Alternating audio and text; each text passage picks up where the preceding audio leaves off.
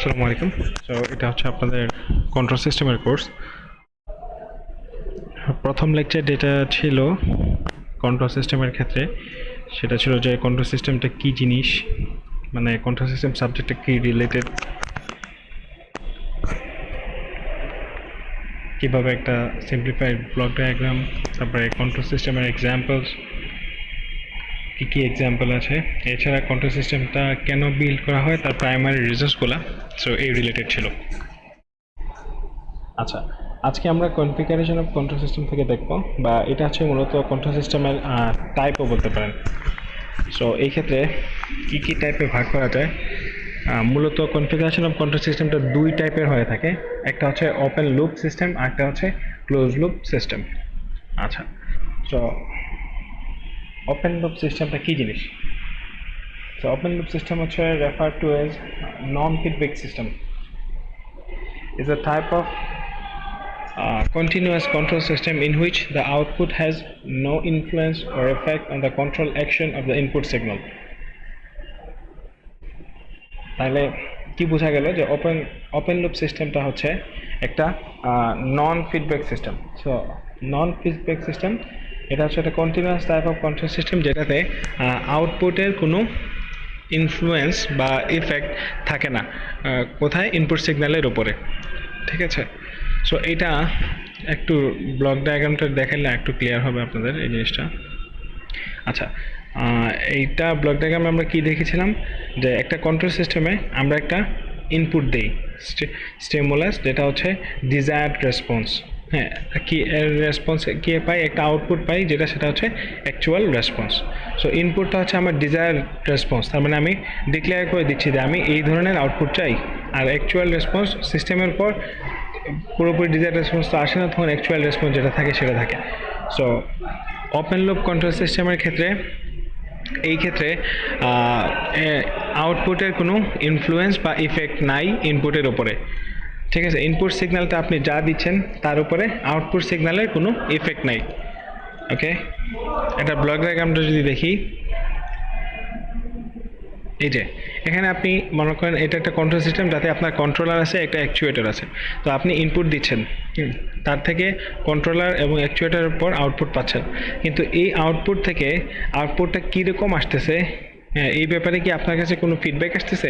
কোনো ফিডব্যাক আসতেছে না। সো আপনি যা ইনপুট দিচ্ছেন সিস্টেমে, সিস্টেম সেটাকে তার মতো কাজ করতেছে এবং আউটপুট আসতেছে, বাট এখানে আপনার কোনো ফিডব্যাক নাই, বা কোনো ধরনের ফিডব্যাক বলতে কী বুঝি আমরা, যে কোনো কিছুর ক্ষেত্রে তার মানে কীরকম আছে বা কী কন্ডিশনে আছে সেটাকে জানানো, বা কী অবস্থা চলতেছে।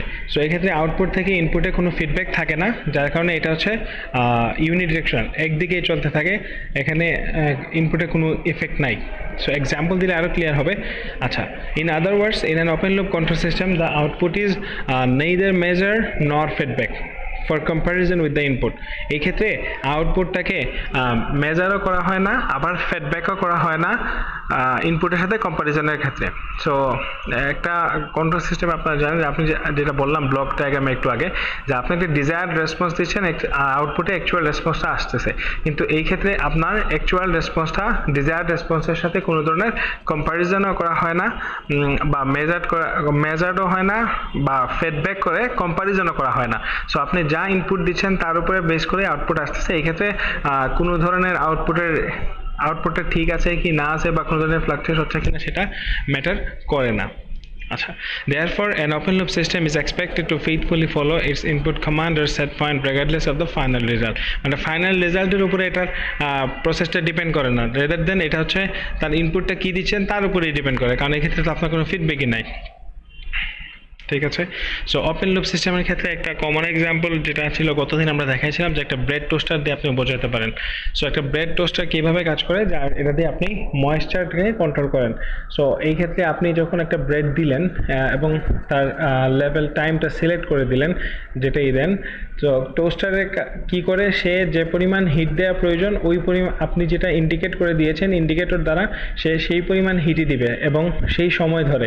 এই ক্ষেত্রে ব্রেডটার ময়েশ্চার লেভেল কমে কতটুকু কমেছে, বা ব্রেডটা পুড়ে যাচ্ছে কিনা, এই ক্ষেত্রে সে কোনো বদার করে না, কারণ এটা একটা ওপেন লুপ সিস্টেম।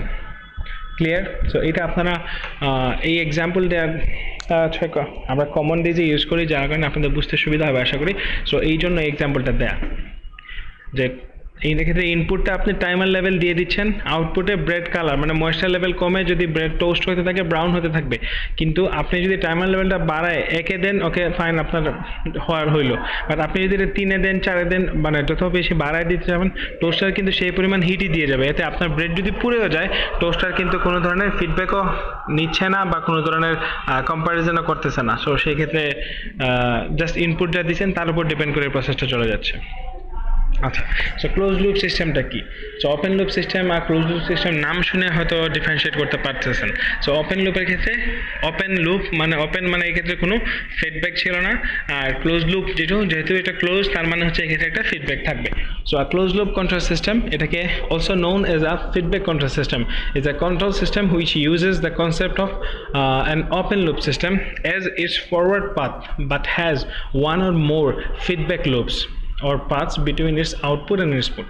মানে এটা ফরওয়ার্ড পাথে আউটপুট থেকে ইনপুটে একটা ফিডব্যাক পাথ কানেক্টেড থাকে।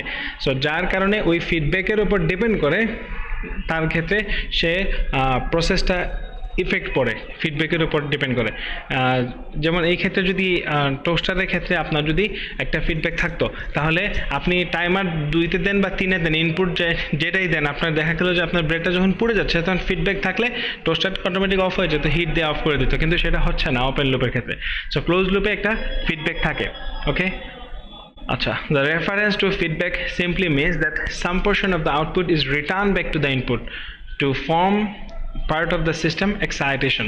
So some portion of the output এটা রিটার্ন ব্যাক হয় ইনপুটে, যার কারণে ইনপুটার তখন ইনপুটের সাথে ওই ফিডব্যাকটা কম্প্যারিজন হয়ে সিস্টেমটা তখন ওইভাবে কাজ করে। সো আউটপুটের উপর ডিপেন্ড করে কাজ করে। ওকে, সো এটা হচ্ছে একটা ব্লক ডায়াগ্রাম। সো এই ক্ষেত্রে আপনি আগেরটাই চিন্তা করেন, এই ক্ষেত্রে আগের ওপেন লুপে কী ছিল? ইনপুট, কন্ট্রোলার, অ্যাকচুয়েটর, তারপর আউটপুট, কিন্তু এই ফিডব্যাক পার্টটা ছিল না। সো এখন আপনি এই ক্ষেত্রে একটা ফিডব্যাক পার্ট কানেক্ট করে দিলেন, একটা মনে করেন একটা সেন্সরই কানেক্ট করে দিলেন। সো এই ক্ষেত্রে সেন্সরটা সেন্স করতেছে আপনার আউটপুট থেকে ইনপুটটা কিভাবে আসতেছে সেটা সেন্স করতেছে। ওকে, তো সে এখন কি করতেছে, মেইনলি আউটপুট থেকে একটা ফিডব্যাক দিচ্ছে কন্ট্রোলারে। তখন কন্ট্রোলার আপনার ইনপুটের সাথে আউটপুটে কম্প্যারিজন করে যেটা প্রয়োজন ততটুকুই কাজ করতেছে। সো এটা হচ্ছে একটা মানে রবাস্ট বা সিস্টেম। এক্ষেত্রে ক্লোজ লুপ সিস্টেমটা ভালোভাবে কাজ করতেছে। আচ্ছা, এখন যদি এক্সামে আসে যে মনে করেন ওপেন লুপ আর ক্লোজ লুপের মধ্যে ডিফারেন্স, সো আশা করি আপনার ডিফারেন্সটা বলতে পারবেন। এখন একটা জিনিস দেখেন, যে ওপেন লুপ সিস্টেমে প্রথমত ডিফারেন্সটা কি বলা যায়, যে ওপেন লুপ সিস্টেমে কোনো ফিডব্যাক নাই, কিন্তু ক্লোজ লুপ সিস্টেমে ফিডব্যাক কানেক্টেড। আচ্ছা, এখন ফিডব্যাক যদি থাকে তাহলে আপনি সিস্টেমটা কি বেশি এফিশিয়েন্ট না কম এফিশিয়েন্ট? ফিডব্যাক থাকলে অবশ্যই বেশি এফিশিয়েন্ট, কারণ হচ্ছে সে আউটপুট থেকে রেসপন্স বা আউটপুট থেকে ফিডব্যাক নিচ্ছে এবং সেটা অনুযায়ী আপনার কন্ট্রোলারের সিগন্যাল কম্প্যারিজনটা করতেছে। সো আপনার আউটপুটটা আরও তত বেটার হবে। আচ্ছা, তাহলে ওপেন লুপ সিস্টেমের ক্ষেত্রে সে থেকে ক্লোজ লুপ সিস্টেমটা মোর এফিশিয়েন্ট, ওপেন লুপ সিস্টেমটা লেস এফিশিয়েন্ট। আচ্ছা, আরেকটা হচ্ছে কি, যে কোনটা বেশি রিলায়েবল? অবশ্যই ক্লোজ লুপ, কারণ এই ক্ষেত্রে যেহেতু ফিডব্যাক আসতেছে। সো ক্লোজ লুপ সিস্টেমটা more reliable than open loop system, আর ওপেন লুপ সিস্টেমটা হচ্ছে লেস রিলায়েবল। এখন ফিডব্যাক যদি কানেক্ট করেন, তো সেই ক্ষেত্রে আপনার কি হয়, কমপ্লেক্সিটি বাড়বে অবশ্যই। সো ক্লোজ লুপ সিস্টেমটা হচ্ছে মোর কমপ্লেক্স, আর ওপেন লুপটা হচ্ছে তার তুলনায় লেস কমপ্লেক্স।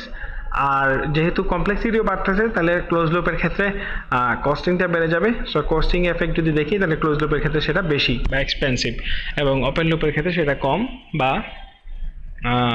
চিপার। সো আমি এই ডিফারেন্সগুলো আপনাদেরকে আলাদা করে নোট ডাউন করে দিয়ে দিব একটা স্লাইডে। অলরেডি আমি ERP-তে এটা আপলোড করে দিয়েছি, আপনারা দেখতে পাবেন। এটা এই স্লাইডে নাই, সো আলাদাভাবে দিয়ে দিয়েছি এটা। ওকে,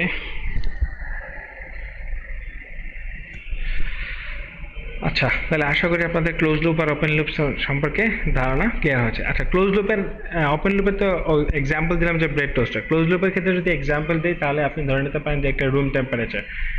কন্ট্রোলার। এই ক্ষেত্রে আপনার ধরেন রুম টেম্পারেচার আপনি 25°C যেটা সেটা রাখতে চাচ্ছেন বা 24°C রাখতে চাচ্ছেন।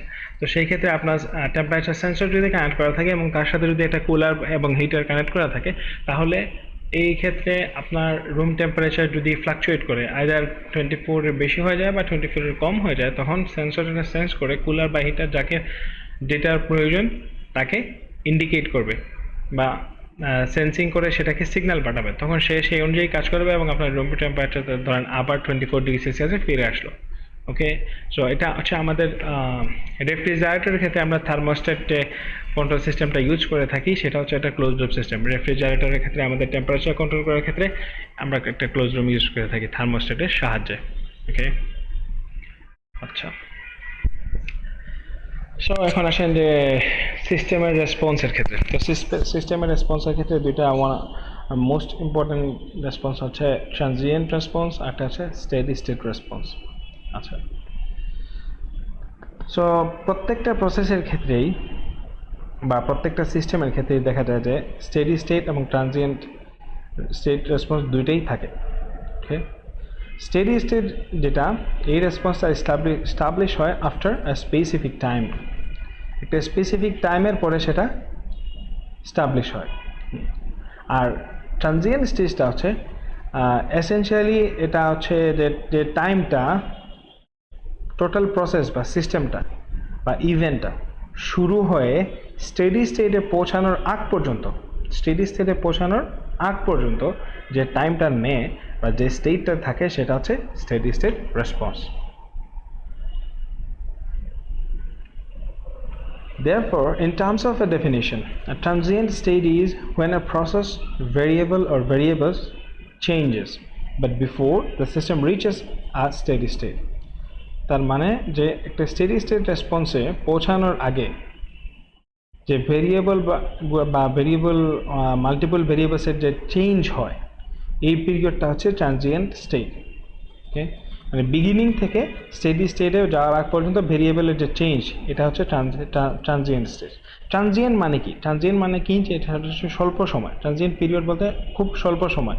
তো স্বল্প সময়ে যে চেঞ্জটা হয় স্টেডি স্টেট অবস্থায় পৌঁছানোর আগে, যে আপনি যে কোনো একটা সিস্টেমই সেটাকে কি চান, স্টেডি অবস্থায় পৌঁছান। তো এটা পৌঁছানোর আগে শুরু থেকে যে পোর্শনটা, সেটাই হচ্ছে transient period. এটা খুবই অল্প সময় থাকে।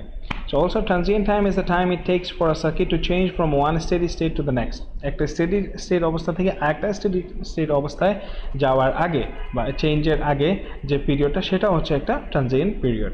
ওকে, আচ্ছা, এখন এই এক্সাম্পলটা যদি দেখেন, আপনি মনে করেন যে এই পয়েন্ট থেকে এই পয়েন্ট, হ্যাঁ, আপনাকে এই দুইটা পয়েন্টের এই পয়েন্ট থেকে আপনি এই পয়েন্টে আসবেন। সো আপনি এই ক্ষেত্রে either you can go straight, এইভাবে যাইতে পারেন, অথবা এইভাবে যাইতে পারেন, অথবা এইভাবে যাইতে পারেন। সো তিনটা পাতে যে কোনো একটা পাতে আপনি যাইতে পারেন। সো এই ক্ষেত্রে আপনি এই পয়েন্ট থেকে এই পয়েন্টে যাচ্ছেন, মূলত টার্গেট হচ্ছে মুভ করা, কিন্তু আপনি যে কোনো একটা পাতে যাইতে পারেন। সো তিনটার যে কোনো একটা পাতে যাইতে পারেন। এখন এই তিনটার ক্ষেত্রেই আপনার রেসপন্সটা কীরকম দেখেন। আপনি যখন ব্লু লাইন ধরে যাচ্ছেন তখন আপনার একটা স্ট্রেইট রেসপন্স আসতেছে। যখন আপনি এই চকলেট কালারের লাইন দিয়ে যাচ্ছেন, সো ক্রিম, তখন হচ্ছে আপনার এরকম এই জায়গায় একটা ফ্লাকচুয়েশন আছে। সো এই ক্ষেত্রে রেসপন্স একটা ফ্লাকচুয়েশন। আবার এই ক্ষেত্রে ধরেন আপনি অনেকগুলো ঘুরে যাচ্ছেন, সো অনেকগুলো fluctuation.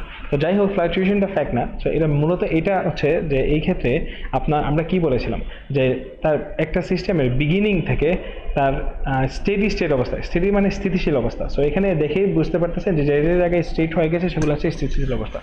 So steady state beginning থেকে স্টেডি স্টেট তার যাওয়ার আগের যে পিরিয়ডটা, সেটাই হচ্ছে, বা সেই ক্ষেত্রে যে ক্ষেত্রে ভেরিয়েবলের যে চেঞ্জের পিরিয়ড, সেটাই হচ্ছে স্টেডি ট্রানজিয়েন্ট রেসপন্স, স্বল্প সময়ের জন্য। সো এই ক্ষেত্রে এই প্রত্যেকটা দেখে আপনারা বুঝতে পারতেছেন যে এই ক্ষেত্রে এই পোর্শনটা বিগিনিং থেকে স্টেডি স্টেটে যাওয়ার আগ পর্যন্ত এই পোর্শনগুলো হচ্ছে তাদের ট্রানজিয়েন্ট রেসপন্স। আর যখন স্টেডি স্টেট অবস্থায় চলে যায়, স্থিতিশীল অবস্থায়, তখন সেটা হচ্ছে স্টেডি স্টেট রেসপন্স। সো আশা করি আপনারা এটা ক্লিয়ার। আচ্ছা, এটা একটা এক্সাম্পল হিসেবে আপনি দেখতে পারেন, যেমন একটা সুইচ উইদিন এ সার্কিট যেটাতে আছে কি ইন্ডাক্টর ক্যাপাসিটর কানেক্টেড। সো আমরা কি জানি যে ইন্ডাক্টর ক্যাপাসিটর তারা কারেন্ট এবং ভোল্টেজকে চেঞ্জ হতে বাধা দেয়। ওকে, মানে এগুলো চেঞ্জ করে। আচ্ছা, সো এই ক্ষেত্রে ইন্ডাক্টর ক্যাপাসিটরকে কারেন্ট এবং ভোল্টেজকে এফেক্ট করার ক্ষেত্রে একটা কনসিডারেবল অ্যামাউন্ট অফ টাইম লাগে স্টেডি স্টেট অবস্থায় পৌঁছানোর কারণে, ঠিক আছে। সো এই ক্ষেত্রে এই ট্রানজিয়েন্টটা হচ্ছে কি যে এই চেঞ্জে পৌঁছানোর আগে, এফেক্ট করার আগে যে পিরিয়ডটা, সেটা স্টেডি স্টেট অবস্থায় যাওয়ার আগে যে অবস্থা, ওকে। সো এই ক্ষেত্রে ধরেন যে কারেন্ট স্টেটের যে চেঞ্জ, এই চেঞ্জ হওয়ার আগের যে মানে পোর্শনটা, সেটাই হচ্ছে ট্রানজিয়েন্ট পোর্শন, ওকে। আরেকটা এক্সাম্পল দিই, তাহলে আর একটু ক্লিয়ার হবে। সো মনে করেন আপনি একটা লিফটে, আপনি একটা ফ্লোরে ধরেন 0 থেকে আপনি 4th ফ্লোরে যাবেন। সো এক্ষেত্রে আপনি লিফটে কল দিলেন 4, ঠিক আছে। এখন এই গ্রাফটা খেয়াল করেন, এই গ্রাফটার ক্ষেত্রে এই এক্স অ্যাক্সিস বরাবর আমার কী আছে, টাইম, ওয়াই অ্যাক্সিস বরাবর কী আছে, এলিভেটরের লোকেশন বা ফ্লোর, লোকেশনটা আমরা ফ্লোর দিয়ে দেখি, ওকে। সো আপনি ইনপুট দিলেন 4, মানে 4-এ কল দিলেন। সো 4th ফ্লোরে ইনপুটটা হচ্ছে এটা স্ট্রেইট লাইন, যে আপনার 4th ফ্লোরে আপনার লিফটে আপনি ইনপুট কমান্ড দিলেন। এটা হচ্ছে আপনার আউটপুট কমান্ড, মানে আউটপুট কমান্ড না, সরি, এটা হচ্ছে আপনার আউটপুট রেসপন্স। এটা হচ্ছে অ্যাকচুয়ালি লিফটের 0 থেকে 4th ফ্লোরে ওঠার যে ওরিয়েন্টেশন বা গ্রাফ যেটা, সেটা। এখন এই ক্ষেত্রে দেখেন, আপনি যখন লিফটে কল দিলেন, সো লিফটটা 0 থেকে 4 পর্যন্ত, হ্যাঁ, এটা তো এক লাফে 0 থেকে 4-এ উঠে যেতে পারবে না। সো তাকে first floor, second floor, third floor cross করে 4th ফ্লোরে আসতে হবে। সো এই যে ক্রসিং পিরিয়ড যেটা, যে ক্ষেত্রে সে উঠতেছে, এটা একটা পিরিয়ড। তারপরে একটা পর্যায়ে গিয়ে সে 4th ফ্লোরের কাছাকাছি গিয়ে স্টেবল হওয়া শুরু করলো। 4th ফ্লোরে যেহেতু সে থামবে, সো এক্ষেত্রে তাকে স্টেবল হতে হবে। সো এটা হচ্ছে তার স্টেডি স্টেট অবস্থা। সো এই যে 0 থেকে স্টেডি স্টেট অবস্থা যাওয়ার যে টোটাল পোর্শনটা, এটা হচ্ছে তার ট্রানজিয়েন্ট রেসপন্স, এটাকে তার ট্রানজিয়েন্ট রেসপন্স বলে। আর যেটা 4th ফ্লোরের কাছাকাছি গিয়ে যে স্টেডি অবস্থায় চলে গেল, সেটা তো স্টেডি স্টেট রেসপন্স হয়ে গেল। এখন এই ক্ষেত্রে আপনার ইনপুট কমান্ডটা কি, 4th ফ্লোরে আপনি স্ট্রেট লাইন দিয়েছেন, কিন্তু এই ক্ষেত্রে কি ভেরিয়েশন আসছে। তো এটা কেন আসলো? কারণ হচ্ছে যে ইনপুট চেঞ্জটা ইনস্ট্যান্টানিয়াসলি চেঞ্জ হয়ে যায়, কিন্তু আউটপুটটা গ্র্যাজুয়ালি চেঞ্জ হয়। ইনপুট কমান্ড আপনি 4 দিলেন একই ফ্লোরে দাঁড়ায়, বাট আপনার লিফট তো এক লাফে 4-এ চলে আসতে পারবে না। সো গ্র্যাজুয়ালি সে 1 2 3 ক্রস করে তারপরে 4th ফ্লোরে আসলো। সো এই আউটপুটের যে গ্র্যাজুয়াল চেঞ্জ, এই কারণে এটা ডিফারেন্সটা হয় ইনপুটের সাথে আউটপুটের। আচ্ছা, যখন 4th ফ্লোরের কাছাকাছি স্টেডি স্টেট অবস্থায় চলে আসলো, তার আগ পর্যন্ত যে পিরিয়ডটা, সেটা ট্রানজিয়েন্ট রেসপন্স। এখন এটা 4th ফ্লোরে আসার আগে বা মনে করেন যে এক্স্যাক্টলি 4th ফ্লোরে আসলো না, তার থেকে কিছুটা গ্যাপ থেকে গেল, বা 4th ফ্লোরে পৌঁছার ক্ষেত্রে কিছুটা তার ইনপুট কমান্ডের সাথে গ্যাপ থেকে গেল। সো এই পোর্শন যেটা, এটা কি, এটা আসলে অ্যাকচুয়ালি তার এরর। কারণ আপনি চাচ্ছেন তাকে 4-এ এই ইনপুট কমান্ডে পৌঁছায় যেতে, বাট অ্যাকচুয়ালি সে পৌঁছাতে পারলো না। সো এই যে গ্যাপটা, এটাই হচ্ছে স্টেডি স্টেট এরর, যেটা আপনার ইনপুট কমান্ড এবং আউটপুট যে রেসপন্স, তার স্টেডি স্টেট রেসপন্সের যে ডিফারেন্স, সেটাই হচ্ছে স্টেডি স্টেট এরর। তার মানে এই পোর্শনটা হচ্ছে আমার steady state error. So steady state error যত কম, সেটা হচ্ছে আমার সিস্টেমের স্টেডি স্টেট অবস্থায় অ্যাকুরেসিকে ডিফাইন করে। সো এটা দ্বারা এই রেসপন্সটা থেকে আমি অ্যাকুরেসিটা বুঝতে পারি। আবার এরর যত বেশি, এররের পার্সেন্টেজ বেশি, অ্যাকুরেসি কম, যেহেতু এরর আর অ্যাকুরেসিটা হচ্ছে অপোজিট, ওকে। সো এই ট্রানজিয়েন্ট রেসপন্স আর স্টেডি স্পেস রেসপন্স সম্পর্কে আশা করি আপনাদের কনসেপ্ট ক্লিয়ার হয়েছে। আচ্ছা, নেক্সট ক্লাসে আমরা একটা কন্ট্রোল সিস্টেমের ডিজাইনে নিয়ে আলোচনা করব, যে কীভাবে আসলে ডিজাইন প্রসেসটা করা যায়, স্টেপ বাই স্টেপ কী কী স্টেপ ফলো করে ডিজাইনটা মেনলি করা হয়। এবং সেই ক্ষেত্রে আমরা এক্সাম্পল হিসেবে একটা এজিমুথাল অ্যাঙ্গেল অ্যান্টিনাকে ধরে নিতে পারি, যে এই অ্যান্টিনাটা কীভাবে ডিজাইন করা হয়ে থাকে, তার অনুযায়ী প্রসেসগুলো নিয়ে আমরা ডিসকাশন করবো ইনশাআল্লাহ।